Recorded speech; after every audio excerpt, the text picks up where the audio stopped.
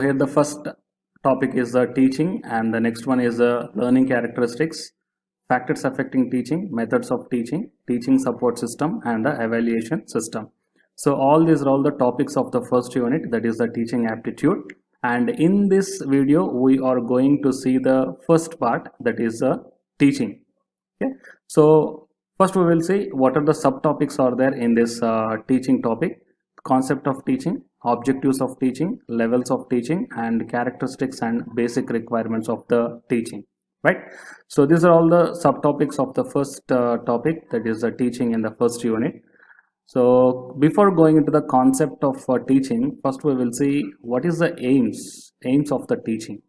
So the aim of the teaching is that we have to change the behavior of the students, and we have to improve the learning skills of the students, and we have to change the behavior and the conduct. That means we have to shape the behavior and the conduct of the student as per the present society, and the acquisition of the knowledge and imparting the knowledge to their brains. And we have to create some type of a belief to the student that they can able to success in their future or in their career. So all these are all the aims of the teaching that a teacher has to remember in his mind before going to the teaching to any students. And next, so coming to our concept, the first concept or the first topic is the concept of teaching. So the concept of teaching is that it is a sharing of information or knowledge from one person to the another person. So one person to the another person means here the one person is nothing but a teacher and the other persons are nothing but a student. That means sharing the knowledge from teacher to the student, and sometimes it might be the reverse also, from student to the teacher. Why? Because a teacher is always a learner, right? So whatever the knowledge he is having, he shares his knowledge or information to the student, and whatever the doubts are there, those doubts will be shared to the teacher, and the teacher starts analyzing based upon those doubts and again imparting the knowledge to clear the doubt to the student. And in the traditional concept, that means in the olden days, the teaching is nothing but just acting some kind of instruction. That means giving some kind of instructions to the learners in the classroom situation. So giving the instructions means whatever the concept is there in the textbooks, that concept will be delivered to the learners or the students in the classrooms. But while coming to the modern concept, teaching is not only the giving instructions to the students or not only giving knowledge to the students, it is also give the desired knowledge, and we have to improve the skills of the students, and it is very much essential in the present way of living in the society. So these are all the concepts of the teaching. And while coming to the expert views, so few experts gave their definitions to the teachings. Coming to the H.C. Morrison, the teaching is an intimate contact between the more mature personality and a less mature one. So here the more mature personality is a teacher and the less mature one is a student. And coming to the Jackson, teaching is a face-to-face encounters between two or more persons. One of them is the teacher intends to effect certain changes in the other participants, nothing but students. And coming to the J.B. Hogg and James K. Donson, the teaching is an activity with three phases. So here the three phases. What are the three phases? Nothing but building up the curriculum phase. That means building the curriculum, and then instruction phase, and the third one is a evaluation phase. So with the help of these three phases, the teaching activity will be done. So first we have to build up the proper curriculum, and we have to instruct. Whatever the curriculum we build up, we have to instruct the curriculum or the concepts to the students. And after giving the instructions or after giving the lessons or the classes to the students, evaluating phase means conducting the exams to the students, and after conducting we are going to evaluate the papers. So with the help of evaluation, we can able to understand the knowledge levels of the students. So how far they understood the concepts and how far they can able to retrieve the memorized concepts, all these things. So coming to the N.L. Gaze, teaching is an interpersonal influence aimed at changing the behavior potential of another person. So Gage is also focusing the same concept, the teacher is an influenced person, he can able to change the behavior of the another person is nothing but a student here.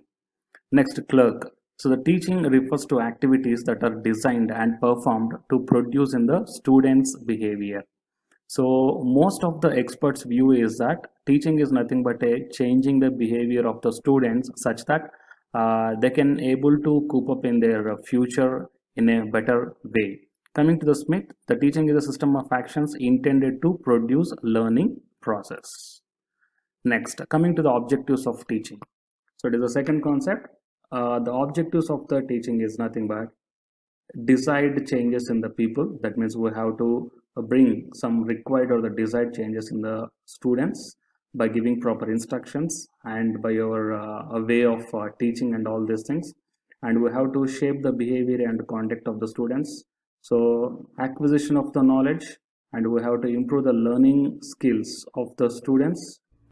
So improving some belief in the students for their better future, and we have to provide the social and efficient member of the society. So of course the objectives and aim of the teaching, both these two looks similar. Next, levels of teaching. So generally we are having the three different levels of teaching are there. The first one is the memory level, second one is the understanding level, and third one is the reflective level. So here I took one small example to make you understand what exactly the memory level, understanding level, and the reflective level is that. So it's a, let's take it's a car, it's a toy car. So initially in the childhood the people are going to read that C for the car, A for the apple, and B for the ball, and C for something. Okay, here C for the car, like that. It is nothing but a memory level. Okay, this level of teaching is nothing but a memory level. Coming to the understanding level, after coming to the higher classes and all these things, the students starts learning what exactly the machinery will be there and how the cars will run and what is the principle of these machineries. All these things they are going to learn. And coming to the research process, so it is, this level is nothing but a understanding level. That means the students are trying to understand what exactly happening inside the machineries or inside the system. And coming to the third level, after understanding, they will put up into the research process. That means it is fully automated cars, which enables automatic braking system and automatic driving system, all these things. So building up or producing or manufacturing or giving ideas to build up such type of automatic cars is nothing but a reflective level. So it is the upper thoughtful level. The first one is a thoughtless. That means the candidate need not to think anything.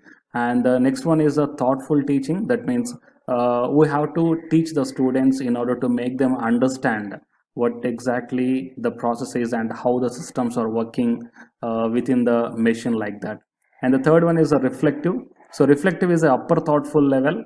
Generally the teacher participation in this reflective level is less, because the student has to reflect himself whatever the concepts he studied in the understanding level, right? So it comes in the memory level, and this stage is the understanding level, and this stage is the reflective level. So coming to the memory level, we'll see some more in detail. The objective of the memory level of teaching is just to impart information or knowledge to the learner. That is giving the information or knowledge, whatever is there in the textbooks or something, to the learners or the students. This knowledge or information is factual in nature, which is acquired through a mechanical process, nothing but a just simply memorization. But because in this stage, that means in the memory level, our brain is just acting like a tape recorder. So whatever it is listening, it simply memorize, right? And the students learn to identify. That means the students has to learn to identify. That means they have to learn from the textbooks or any sources, and they have to recall whatever the concepts they memorize. They have to recall or remember the objects or events or ideas and concepts and retain them in the memory. Okay, so learning, recalling, and again memorizing. Why? Because as a student, the student has to recall or the rememorize in the at the time of examinations, otherwise he will be failed, right?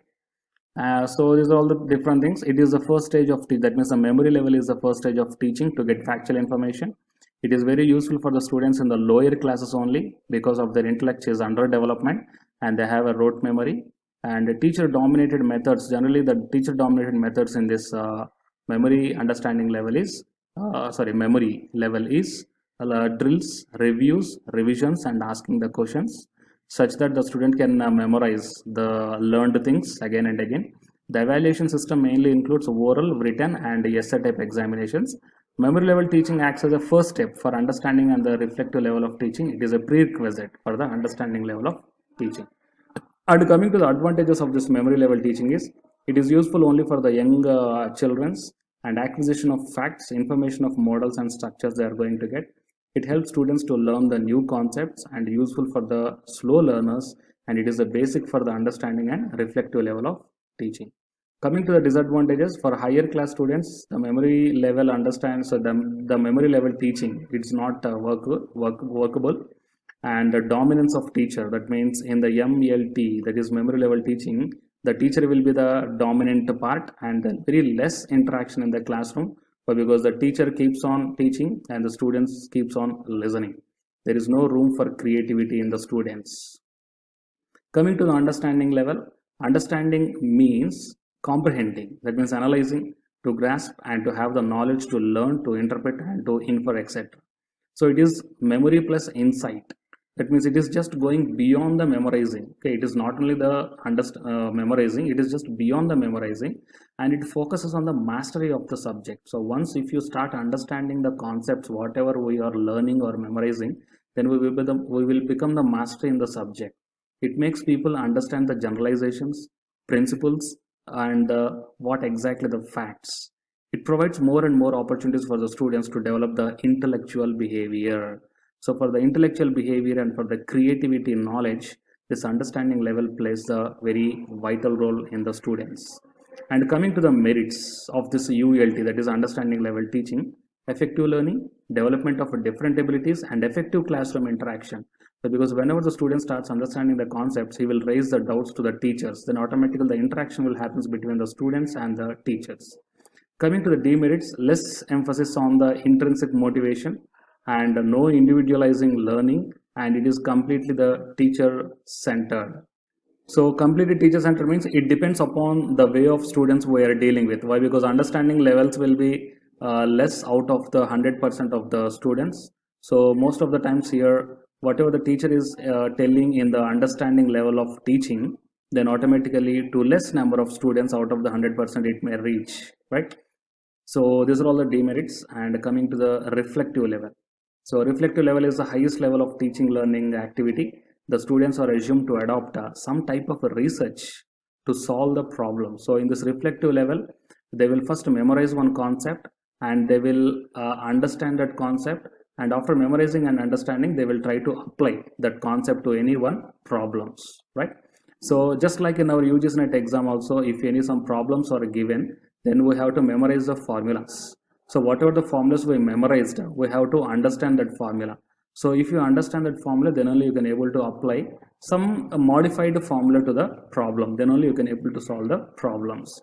So it is a problem-centric approach of teaching, and the aim of this reflective power of learners, so that they can solve the problems of their lives by reasoning, logic, and imagination, lead successful and happiest lives. So these are the merits or the demerits. So the merits are most thoughtful mode, learner centered approach, development of problem solving and self motivation, and development of creativity. It won't applicable for lower classes. It is very much time consuming, and it is not applicable for dull students. This is extra burden to the teachers to make the students in reflective level of teaching. And coming to the characteristics of teaching, so here the few characteristics I mentioned, that is a system of actions, professional activity, subject to analysis and assessment, interactive process, specialized task, and a collection of various modes. So while coming to the system of actions, so the teaching is nothing but a different system of actions. It varies with respect to the content related, and with respect to the students, behavior, it changes, and depending upon the physical and social conditions. That means a teacher must be changing, or the teacher has to do the different actions based upon the content and based upon the students behavior and based upon the physical and social conditions. And while coming to the professional activity, so it is a professional activity involving a teacher and student with a view to the development of students' personality, right? The student's personality has to be developed with respect to the professional activity of the teacher, and this professionalism helps students in being regular and making harmony with their objects towards those they are concentrated, right? And coming to the subject to be analysis and assessment. So teaching can be analyzed and assessed, and analysis and assessment provide feedback for further improvement. That means how we are teaching and all these things, we are going to get the feedback of the students. So whenever the students giving the feedback, then we are going to analyze our teaching and we can able to do assess our teaching. So always our teaching can be analyzed with respect to the feedbacks coming from the students. And next one is the interactive process. The teaching is highly dominated by communication skills. The teaching is an interactive process carried with purpose and objectives. And coming to the specialized task, so the teachers, it is a specialized task with a set of skills for realization of the certain objectives. And coming to the collection of various modes, a teaching is a collection of various modes of itself. So collection is nothing but conditioning, training, instruction, indoctrination, and different things. So these are the different things or the modes which includes in the characteristics of the teachings. That means first of all we have to train, and from the training we have to learn some new concepts, and from these new concepts whatever we learned, we are going to teach those new concepts to the students, and those students has to understand the concepts, and we have to properly evaluate whether the students are understanding whatever the things we are, whatever the concepts we are teaching to them or not. So all these things are comes under the collection of the various modes. And next, what are the basic requirements of the teaching? So the basic requirements of the teaching is, or the three variables of the teaching that I will say in the next slide. Then the second one is the professionalism. The teaching, the way of teaching, and the teacher must be very professional, and the suitable environment must be there. The place where we are teaching, whether it is a classroom or it is an auditorium or any type of, or it's a seminar hall, whatever thing it is, the environment must be very suitable and completely disturbance-less environment. And teacher-student relationship is very important requirement, that the relationship between the teacher and student must be very healthy, and the students discipline is also very important, because most of us as a teachers, if few students are not behaving very well in the classroom at the time of teaching, definitely the teacher may deviate. That means whatever the concepts he or she wants to deliver, that will be definitely distracted if the student's discipline is not properly maintained. And coming to the teacher's devotion to the teaching, and also on the other hand students' devotion to the learning. The teacher must be devoted to the teaching, and the student must be devoted to the learning, right? So of course nowadays this concept is not completely happening, because teachers are not completely devoting to the students, because they are not getting proper salaries, and the students are not at all devoting to the learning due to different distractions. Only 10% of the students are focusing on the learnings. Of course, whatever the concept I told to this sixth point, it is myself thing. It is, don't remember this one for the exam purpose. And next, so as I told here that the variables, the three variables of the teaching, that these are the three variables. The first one is the dependent variable, second one is the independent variable, and third one is the intervening variables. So coming to the dependent variable, the student is a dependent variable, and the faculty or the teacher is an independent variable. And the bridge which is acting between the teacher and student, those are all the intervening variables. So what is the bridge acting between the student and the teaching is that, see here, the different teaching, the teaching methods and the techniques what we are using, and the tactics, what are the tactics we are doing to make the students understandable, strategies, and the instructional material. That means you are teaching on the blackboard, or with respect to the projectors or the teaching environments. So whatever the supporting medium are there, all these things are acting like a intervening variables. And the teacher is an independent variable. Why? Because he is responsible for the functioning of the students. He should not change. That means whatever the concept the teacher wants to deliver, he shouldn't change with respect to the surrounding variables, right? So that's why here the teacher must be like an independent variable. He is free to act in the process while students are quite dependent on him. And coming to the students are completely dependent variable. Why? Because they're subjected to changes and developments to the efforts of the teacher and the teaching process. So based upon the teacher or based upon the teaching process, the student has to continuously update, or the student has to continuously change in order to get the maximum knowledge from the teachers, right? So these are all the different basic requirements of the teaching. And in the next video, I'm going to tell you the second topic, that is learners characteristics. So right now in this video, whatever the topics we discussed is that, so it is the first unit syllabus. Total 6 topics are there. So out of the 6 topics, in this video, I completely discussed about the first topic, that is the teaching. And whatever the concepts I discussed in this video, those are all the subtopics of this teaching. So in the subtopics are concept of teaching, objectives of teaching, levels of teaching, and characteristics and basic requirements of the teaching. So the concept of teaching is, teaching is nothing but sharing of information or knowledge.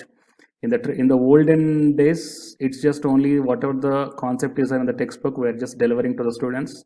In the modern concept, it is not enough. We have to improve the skills of the students to make them better life. And the few expert views definition of the teachings and the objectives of teaching. So the main objective of the teaching is imparting the knowledge to the students and improving the learning skills and changing the behavior of the students and improving the belief to the students. And the levels of teaching: memory, understanding, and reflective. Memory is the starting level. It is in this stage our brain is acting, the student's brain is acting like just a tape recorder. Whatever the teacher is telling, it simply goes to the memory. And that means at the same time they must be the students must be capable to recall. So because in the examination times the students has to recall whatever the concepts they memorize. And the next one is understanding level. So whatever the concepts they are learning, they must be understandable. That means the teacher has to tell like that. Third one is the highest level, that is the reflective level. So where the creativity starts from this reflective level only. So few merits and demerits are there for all the memory level and understanding level and the reflective level. Of course, the demerits of the reflective level is a general thing. We can't apply for the low level classes for the dull students, and it will be a very extra burden to the teachers. And coming to the characteristics of the teaching, first one is the system of actions. That means the teacher has to do so many actions, just like actions doing hero in the cinemas, based upon the students' behaviors and based upon the changes in the curriculum. So whatever the things, different actions we have to do. And the professional activity, the teacher must be very professional. It shows impacts on the students' behavior or students' learning skills. And subject to the analyze, that means if a teacher has to analyze is the teaching methodology, then the feedback must be necessary from the students. And the next one is the interactive process. Always the classroom must be in the interactive process only. It should not be just like only teacher is teaching and the students are learning. So it is just like the passive type of learning, passive type of teaching it is. So always the interaction must be there between the teachers and the students. And the next one is specialized task.